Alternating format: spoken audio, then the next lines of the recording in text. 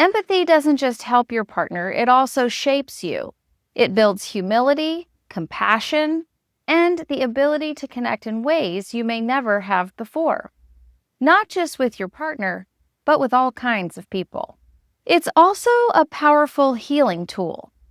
In her work, Daring Greatly, research professor in social work Brené Brown writes, if we can share our story with someone who responds with empathy and understanding, shame can't survive.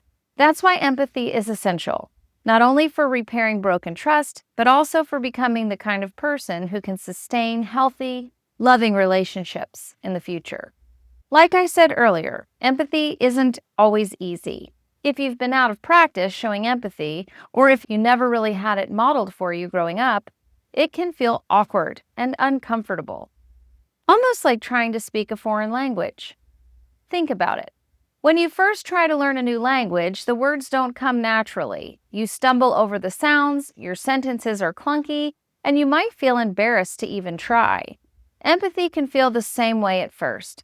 If no one ever taught you how to name emotions, reflect them back, or sit with someone else's pain, it can seem unnatural, even intimidating. But the more you practice, the more fluent you become. Over time, what once felt forced and awkward can become second nature, an authentic way of connecting that flows with ease. Just like learning a language, there are some common mistakes that people make along the way. You might say the word wrong without realizing it, or lean on habits that don't quite translate. The good news is mistakes are part of the process. Naming them helps you recognize when they show up so you can correct your course in the future. Let's look at some of the most common empathy mistakes and misunderstandings so you can identify where you might be tripping up and start learning how to speak empathy more fluently. Here are 3 of the most common empathy mistakes that can feel like compassion but can undercut your partner's actual experience. First, minimizing.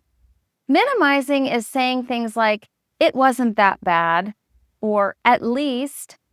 This may be an attempt to comfort, but it dismisses your partner's reality. Number 2, fixing too quickly. This is a very common challenge. Fixing too quickly is jumping straight into solutions. Here's what I'll do so this doesn't happen again. Solutions are important, but if you skip past the pain, your partner may feel unseen. And lastly, centering yourself. This happens when you turn the focus back on your own feelings. You might find yourself saying things like, I feel so awful, or I am so selfish. And while those might be true, they shift the attention away from your partner's pain to yours, specifically even your guilt. Each of these mistakes comes from misunderstanding what empathy really is. Empathy isn't about defending, explaining, or even fixing. It's about being present, listening, feeling alongside of someone. When you resist the urge to minimize, fix, or center yourself, you open up space for your partner to feel safe, validated, and less alone in their trauma. That's when healing, both yours and theirs, can truly begin.